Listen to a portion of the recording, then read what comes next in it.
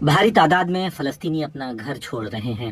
وہ صلاح الدین اسٹریٹ سے ہوتے ہوئے دکشن غزہ کی اور بڑھ رہے ہیں۔ اسرائیل نے کہا ہے کہ اگر وہ اتری غزہ چھوڑ دیں گے تو ان پر حملے نہیں کیے جائیں گے، لیکن یہ سب فلسطینیوں کو سال 1948 کی یاد دلا رہا ہے۔ تب 7 لاکھ سے زیادہ لوگوں کو یا تو اپنا علاقہ چھوڑ کر جانا پڑا تھا یا یہودی سینکوں نے انہیں جبرن بھگا دیا تھا اور اپنی آزادی کی گھوشنا کر دی تھی۔ غزہ میں بندھک 2 لوگوں کا نیا ویڈیو سامنے آیا ہے۔ ہانا کاتزیر نے اپنی حالت کے لیے بنیامین نیتن یاہو کو ذمہ دار ٹھہرایا ہے۔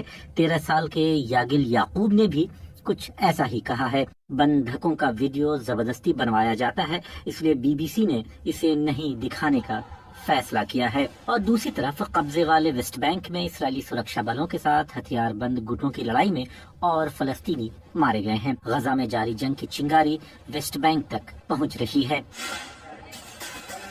یہاں اسرائیلی سینا سڑکوں اور انفراسٹرکچر کو برباد کر رہی ہے۔ تناؤ اور نفرت کی جڑیں اور گہری ہوتی جا رہی ہیں۔ خطرہ جنگ کے مدھ پورو کے دوسرے حصوں میں پہنچنے کا بھی ہے۔ یمن میں ایران سمرتھت ہوتی ودروہیوں نے اسرائیل پر حملے کے نئے ویڈیو جاری کیے ہیں، ڈرونز اور میسائل کے ذریعے حملے۔ حالانکہ اب تک اس طرح کے سبھی حملوں کو امریکی اور اسرائیلی ایئر ڈیفنس سسٹم ناکام کرنے میں کامیاب رہے ہیں۔ محمد علی الحوثی یمن میں حوثیوں کے ایک وریشٹھ نیتا ہیں۔ انہوں نے یمن کی راجدھانی سنا سے BBC کو انٹرویو دیا۔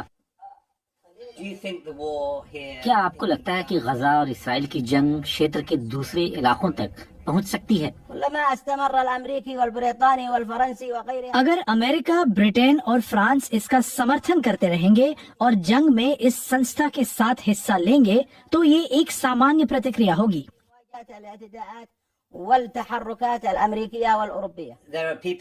لوگ کہہ رہے ہیں کہ آپ ایران کے کہنے پر اسرائیل پر حملے کر رہے ہیں۔ یمن میں آج کل برٹین سے زیادہ سوتنترتا اور لوکتنتر ہے۔ برٹش لوگ آج کل کھل کر اپنے وچار نہیں رکھ پاتے۔ وہاں کے ودیش منتری یا گرہ منتری لوگوں کو فلسطین کے سمرتھن میں پردرشن کرنے سے منع کر رہے ہیں۔ برٹن میں سوتنترتا اور لوکتنتر کہاں ہے؟